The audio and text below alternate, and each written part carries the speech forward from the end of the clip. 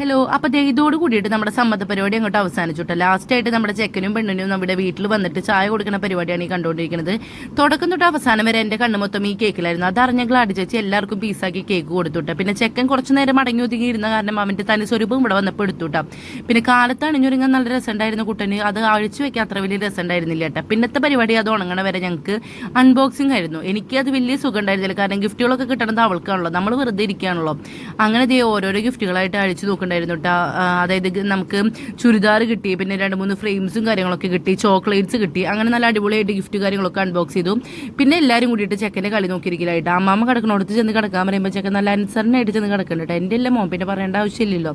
പിന്നെ ഞങ്ങളെല്ലാവരും കൂടിയിട്ടിരുന്ന് വർത്താനം പറഞ്ഞിട്ട് പിന്നത്തെ പരിപാടി ഫുഡ് അടിക്കാമെന്ന് വിചാരിച്ചു കേട്ടോ. അപ്പോൾ അത് എല്ലാവരും കൂടി ഇരുന്ന് ഫുഡ് അടിക്കുകയാണ്. കുറേ കാലം ഉണ്ടായിരുന്നു കേട്ടോ എല്ലാവരും കൂടി ഇങ്ങനെ ഇരുന്ന് ഫുഡൊക്കെ കഴിച്ചിട്ട്. ഇത് പിന്നെ പിറ്റത്തെ ദിവസത്തെ ക്ലിപ്പാണ് കേട്ടോ. എല്ലാവരും തിരിച്ച് വീട്ടിലേക്ക് പോവുകയാണ്. ബെൻസൻ ഇപ്പോൾ ഇറങ്ങും. കാലത്തെ മോർണിംഗ് ബ്രേക്ക്ഫാസ്റ്റ് കഴിച്ച് കഴിഞ്ഞിട്ട് നമ്മൾ വീട്ടിലേക്ക് പോകാനുള്ള പരിപാടിയാണ് കേട്ടോ. അവൻ ബുള്ളറ്റിലാണ് വന്നിട്ടുണ്ടായിരുന്നത്. അപ്പോൾ അവൻ്റെ നേരെ തിരിച്ച് ബുള്ളറ്റിലേക്ക് പോയി. ഞങ്ങൾക്ക് ആർക്കും കയറാൻ പറ്റില്ല, കാരണം ഞങ്ങൾ 3 ആളുണ്ടല്ലോ. അപ്പം ഇനി അടുത്ത ഭാഗമായിട്ട് പിന്നെ വരെ.